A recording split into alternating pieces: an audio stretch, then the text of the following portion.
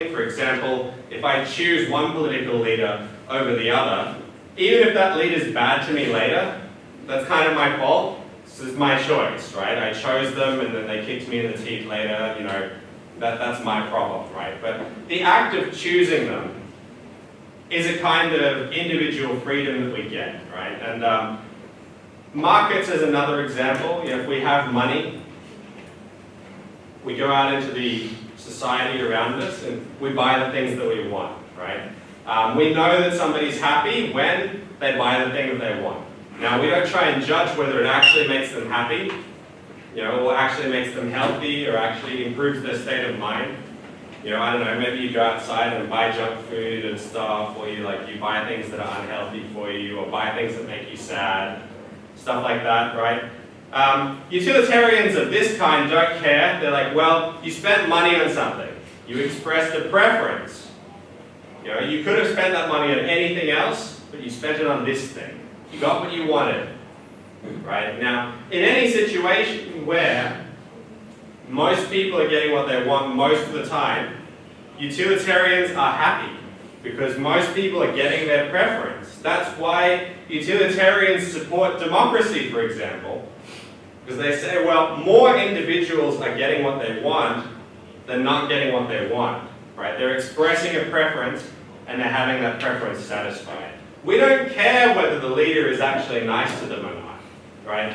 They had a chance to express their preference and they got what they wanted. That's the criteria.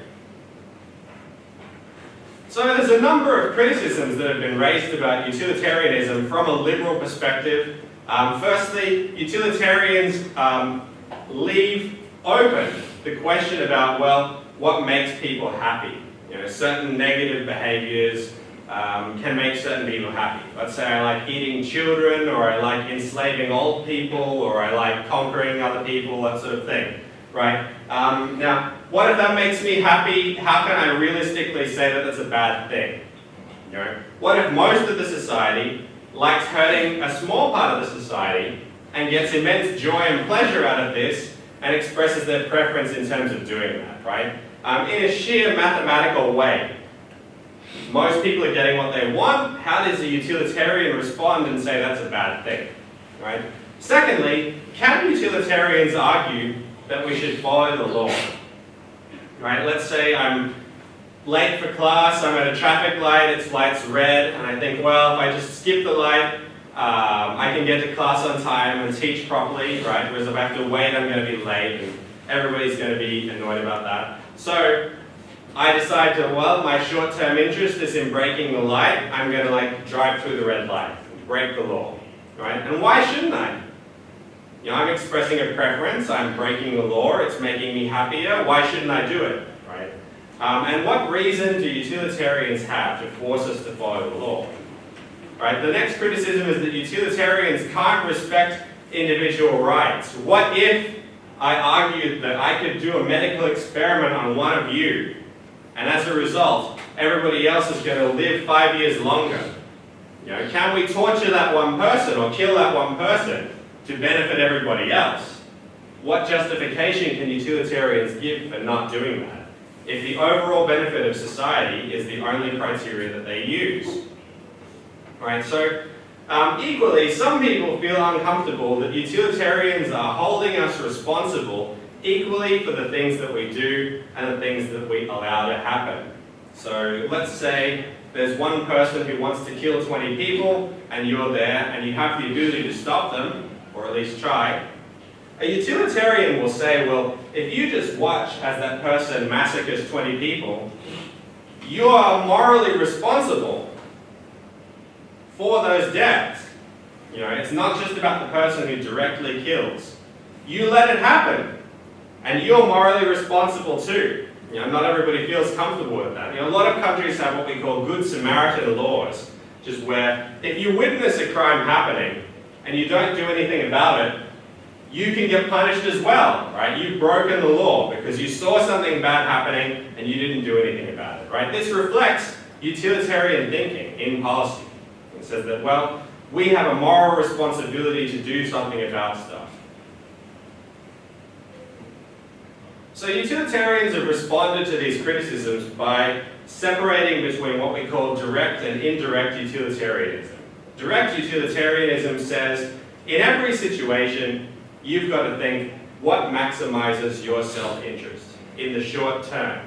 Right? And that leads to all the sort of uncomfortable backstabbing type behavior we just talked about. But indirect utilitarianism says, well, we can construct a reason why we should follow the law or respect individual rights or things like that. Because in the long term, our interest is maximized by doing that. Society's long-term interests are promoted by following the law, for example. So I'll drive up to the light, I'll stop at the red light, and I'll think, well, I'm late for class, should I skip the light?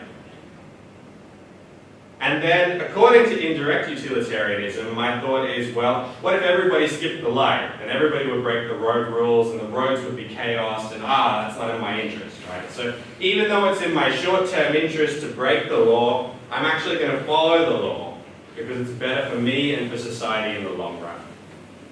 So, as a result, we can see that indirect utilitarianism is compatible with some of these other types of liberalism we've discussed today, like rights-based and contract approaches to liberalism. Utilitarianism is definitely part of liberalism. I mean, there are people who argue that it's not, but I'll argue that it is for the following reasons. Okay? Like all of the other theories, utilitarians reject the idea of natural authority. They see no reason why anybody is better morally than anybody else, why anybody should be in power more than anybody else. Okay, they reject natural authority. Secondly, utilitarians support this presumption in favor of freedom. Their only justification for taking away somebody's freedom is if it benefits the society as a whole. Other than that, they think you should be free to do whatever you want. Right? Utilitarians have represented the left wing of liberalism, although you don't have to be a utilitarian to be left wing. What we've seen is that utilitarianism has a close relationship with democracy. If we justify everything based on the greatest good for the greatest number, this is a very key argument for why democracy is philosophically a good idea, because it makes more people get what they want than not, right? It's a simple mathematical calculus. So depending on the period of history, what we've seen is that different types of liberalism have been more influential or successful. In the early 20th century, classical liberalism was probably more successful. After the global depression and the Second World War, we see the emergence of what we call embedded liberalism, which is kind of a compromise between individual rights and the idea of social welfare, some of the stuff that both the utilitarians but also the social democrats and socialists were arguing for. After this, in the 1970s, we see that there's a bunch of political changes happen. We don't have time to get into why this happened, but lots of leaders came to power in different important countries who believed a fairly similar thing, right? Which is that individuals became the focus again. This idea of free markets and free trade and that sort of thing. So neoliberalism is this argument, basically, that there's no such thing as society, and that individual, especially property rights, are very important to the way that society should work. And that the state's job is not to give us welfare. The state's job is to protect private property and to make sure that contracts and exchanges are enforced in a rational and legal way. So, without wanting to get too much into neoliberalism, it argues aggressively in favor of free markets and free trade. And it's important to understand this because this is the dominant way of thinking in politics, probably from the late 1970s until very recently. I think neoliberalism starts to get criticized a lot after the financial crisis of 2008. Right, so in summary then, liberalism has a bunch of core ideas. One of the most important is this idea that people are both free and equal. This doesn't mean that they're unlimited freedom or unlimited equality in every way, but it's a basic principle within liberal thinking. Right? What it does mean is that freedom and equality should both exist unless there's a good reason for not supporting freedom and equality. Each of these arguments gives a justification for why you will give up some of your freedom in exchange for certain things, or give up some of your equality in certain situations. right? So we've seen that liberalism developed in the context of wars of religion in Europe. So if you want to understand where this idea comes from, its historical context is religious war. So it begins as an idea of religious tolerance, this assumption that, well, it's okay if people believe in a different God or no God than us, right? We don't have to all believe the same things, but we can let other people believe different things to us, and as long as they also let us believe different things to them, that's okay. We can coexist, right? So this tolerance idea then extended into other areas of society, right? So if we can let somebody believe something different about God, we can let them believe lots of other things. We can let them have romantic relationships with people of the same sex or different sex, so we can let them decide whether to have short or long hair, irrespective of their gender. We can do lots of things like that, right? So we can let other people make decisions about themselves as long as they don't hurt us in any way, right? So we've looked at the main strands of liberal thought today and identified some differences in the way that their arguments work. There's internal debates within liberalism as much as liberalism debates with other ideologies as well. And hopefully, what you can see is that contractarians, rights-based liberals, utilitarians share certain common beliefs, based on the importance of this individual.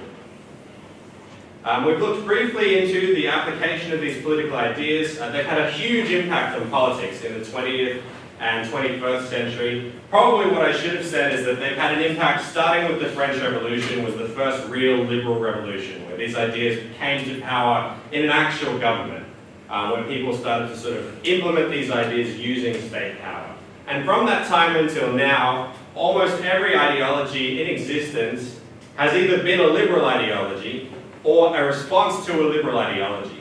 So what we'll see in the next couple of weeks is that conservatism and socialism begin as critiques of liberalism, sort of saying liberalism is inadequate or wrong in some way.